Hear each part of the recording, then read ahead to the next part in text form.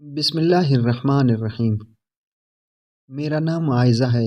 جب میں 16 سال کی تھی تو ایک ٹیوشن سینٹر میں سلمان نامی لڑکے سے میری ملاقات ہو گئی جس کی عمر 19 سال تھی۔ وہ بہت ہینڈسم اور لڑکیوں میں بہت مقبول تھا، لیکن میں چونکہ ایک ذہین طالبہ تھی اور ہر وقت اپنی پڑھائی پر توجہ رکھتی تھی، لہٰذا کبھی اس میں دلچسپی نہیں لیتی تھی۔ لیکن وہ لڑکا میرے پیچھے پڑ گیا تھا۔ جب بھی میں ٹیوشن سینٹر سے گھر واپس جاتی تو وہ میرا تعاقب کرتا تھا۔ میں نے اس سے جان چھڑوانے کی ہر ممکن کوشش کی، لیکن اس نے اپنی کوشش جاری رکھی۔ ایک روز جب میں گھر واپس جا رہی تھی تو سلمان کا دوست عمران میرے پاس رکا اور بتایا کہ سلمان میری محبت میں دیوانہ ہو چکا ہے۔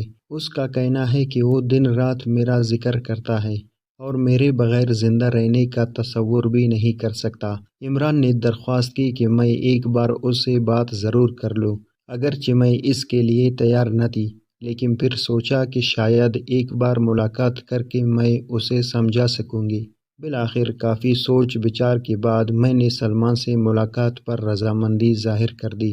وہ مجھے ایک فلیٹ میں لے کر گیا، لیکن وہاں کا ماحول مجھے کافی پریشان کن محسوس ہوا۔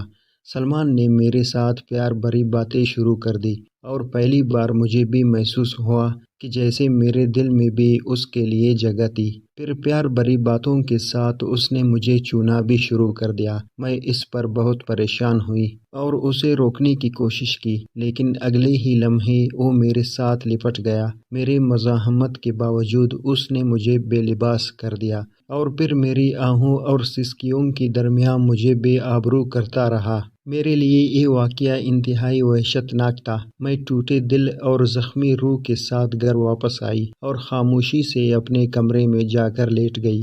میں نے وہ رات روتے ہوئے گزار دی، لیکن اپنی بدقسمتی کا ماتم کرنے کے سوا کچھ نہیں کر سکتی تھی۔ اب مجھے یہ خوف بھی لاحق تھا کہ کہیں میں حاملہ نہ ہو جاؤں۔ میں خوف کے مارے اپنی والدہ سے اس معاملے کو خفیہ رکھنا چاہتی تھی، لہٰذا مجھے اب مدد کے لیے سلمان ہی نظر آ رہا تھا۔ میں نے سلمان سے رابطہ کیا اور اس نے بتایا کہ وہ ایک نرس کو جانتا ہے جس سے معائنہ کروایا جا سکتا ہے۔ کچھ عرصے کے بعد اس نے میرا معائنہ کروایا تو پتہ چلا کہ میں حاملہ ہو چکی تھی۔ یہ خبر ہم دونوں کے لیے انتہائی خوفزدہ کر دینے والی تھی۔ نرس نے کہا کہ وہ 2 ماہ بعد اسقاط حمل کا آپریشن کر سکتی ہے۔ اگرچہ میں بہت خوفزدہ تھی، لیکن اب اس کے سوا کوئی چارہ نظر نہیں آ رہا تھا۔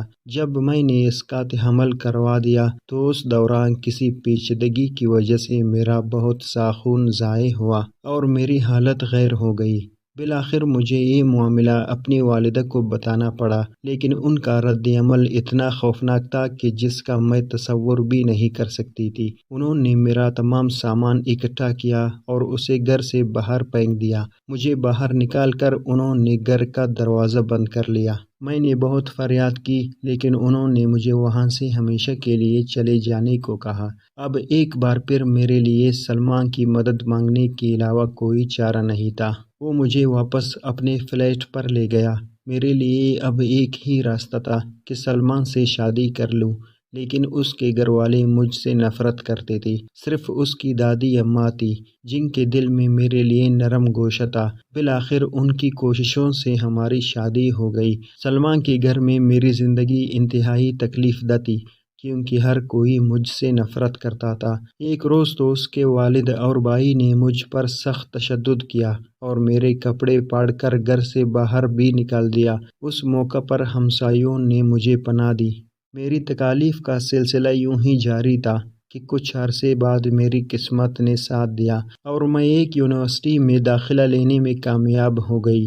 میرا تعلیمی ریکارڈ ہمیشہ شاندار رہا تھا اور ایک بار پھر میں نے بہترین تعلیمی کارکردگی کا مظاہرہ شروع کر دیا۔ اسی دوران میرے یہاں ایک بیٹی نے بھی جنم لیا۔ یونیورسٹی کی تعلیم مکمل کرنے کے بعد مجھے اسکالرشپ مل گیا اور میں ملک سے باہر تعلیم حاصل کرنے چلی گئی۔